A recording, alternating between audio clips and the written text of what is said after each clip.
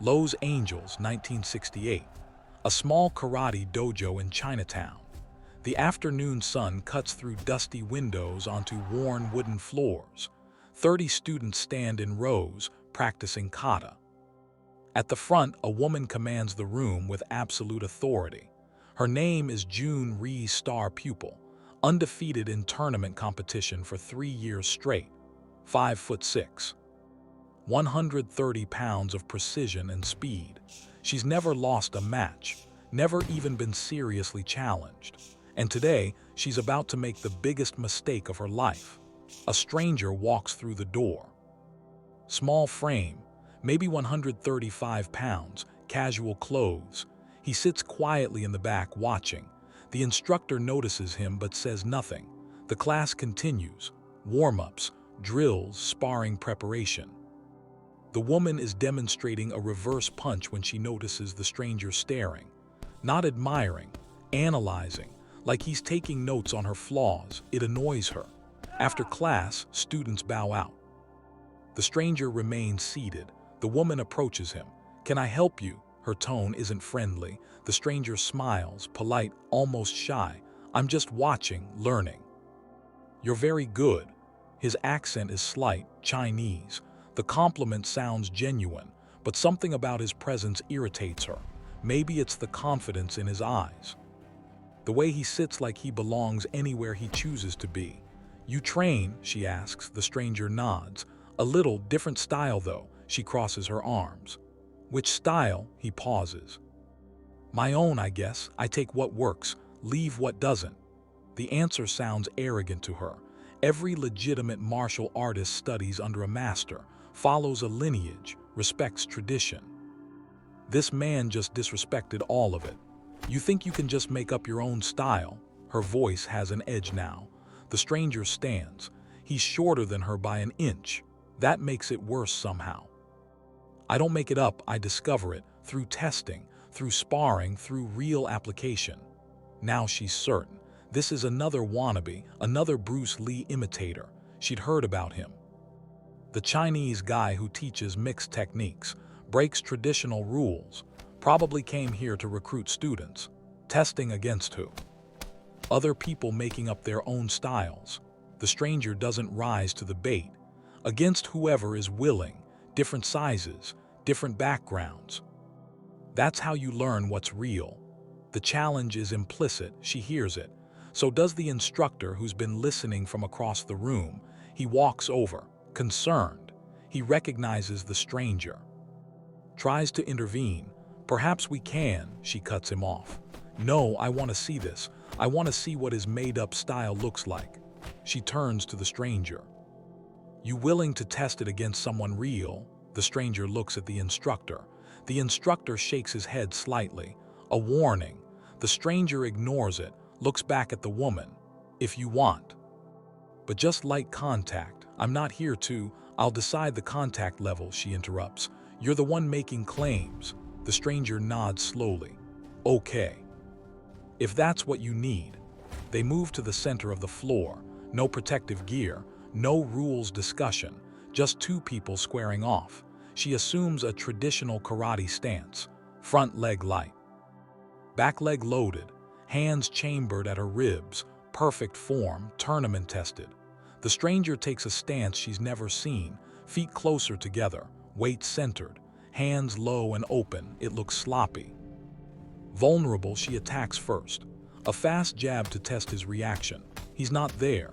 He moved before she fully committed, not backward, sideways, just enough. She resets, tries a roundhouse kick. Medium height, medium speed. He blocks it, but not with a hard block. He redirects it, uses her momentum. She stumbles slightly, recovers, her eyes narrow, lucky. She increases the pace, combination. Jab, cross, front kick, textbook. She's landed this combination 100 times in competition. The stranger slips the jab, deflects the cross, and somehow ends up beside her, not in front, beside. Where her kick can't reach him. Before she can turn, she feels light pressure on her shoulder. A tap. He's telling her she's open. She spins away, frustrated. "Stop playing," she snaps. You wanted to test, so test. The stranger's expression doesn't change. I am testing. I'm seeing how you move, how you think. It's impressive. The compliment feels like condescension. She attacks harder, faster. A spinning back fist followed by a low sweep. Aggressive, meant to overwhelm. The stranger doesn't block the spinning fist. He ducks under it, steps over the sweep, and taps her ribs. Light, controlled, 2 points. If this were a tournament, she'd be losing. The stranger has seen it before, or something told him it was coming. He moves before she's fully airborne, not away, forward, into the gap she created by jumping. She's committed, can't adjust midair, can't defend. She lands and finds him standing behind her, his hand resting gently on the back of her neck. The universal sign in martial arts, I could have finished you. She freezes. The room is silent. She turns slowly. The stranger removes his hand, steps back, bows slightly. You're very skilled, he says quietly. Your techniques are clean, your speed is excellent, but you rely too much on what you've practiced. In real combat, the opponent won't fight like your training partners. The words are calm, educational, not mocking. That somehow makes it worse. Who are you? She asks. Her voice is smaller now. The stranger glances at the instructor. The instructor sighs. This is Bruce Lee. He's one of the most respected martial artists in Los Angeles. I invited him to observe our school. I didn't expect. He trails off. The name hits her like cold water, Bruce Lee. She'd heard the stories, dismissed most of them as exaggeration, Chinese propaganda. But now, standing in front of him, having just been completely dismantled without a single hard strike, she understands. The stories weren't exaggerated. They were incomplete. I'm sorry, she says. The apology surprises everyone, including herself. I thought you were. Lee raises a hand. You were protecting your school, your reputation. I respect that, but reputation is fragile. Skill is what matters, and you have skill. You just need to expand it. He gestures to the training floor. Your karate is excellent for tournaments, for controlled environments. But real fighting is chaos. No rules, no ref, no points. You need to adapt. The woman feels something crack inside her, not breaking, opening. For 3 years, she'd been undefeated, untouchable. She'd started believing her own legend, that she was invincible. This stranger just proved otherwise, without hurting her, without humiliating her, by simply showing her what real mastery looked like. Over the next 6 months, she trains with Lee twice a week. He tears apart her foundation, removes the rigid stances, the chambered punches, the high kicks that look impressive but leave her vulnerable. He teaches her to flow, to adapt, to feel the opponent's intention before they move. It's painful, humbling. She loses sparring sessions to students she would have dominated a year ago, but she's learning something deeper than technique. She's learning truth. One day, Lee brings her to his backyard. A small group of students is there.